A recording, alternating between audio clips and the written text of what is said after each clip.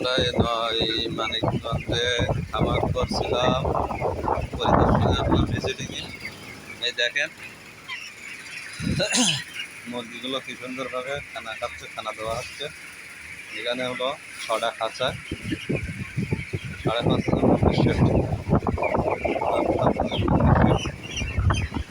দেখে চেপে যাই, খাদ্য দেওয়া হচ্ছে। এই খাদ্য খাচ্ছে সুন্দরভাবে, লাইনে লাইনে সুন্দরভাবে খাদ্য খাচ্ছে।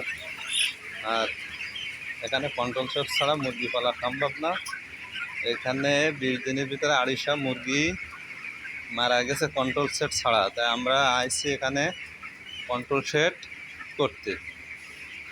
এই যে কন্ট্রোল সেট করতে এসে 250 মুরগি মারার পরে সামারি ভাই বললো, ভাই এসে আমাদের কন্ট্রোল সেটটা করে দিয়ে যান, না আমাদের মুরগি স্টক করতেছে গরমের সময়।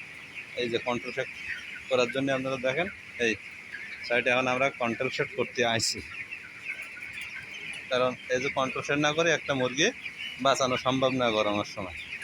এসব মুরগিগুলো কি সুন্দর মুরগিগুলো দেখতেছে, এগুলো বাঁচানো সম্ভব না। এত সুন্দর মুরগি যদি প্রোটেকশন দিয়ে যদি গরমের জন্যে মুরগিগুলো মারা যায়, স্টক করে, তাহলে তো এই মুরগি পুষে কোনো লাভ নাই। কারণ মুরগি পোষার আগে আপনারা কন্ট্রোল করেন।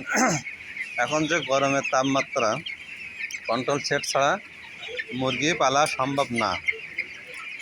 কারণ এখন বাচ্চার রেট কম, মুরগির দাম বেশি।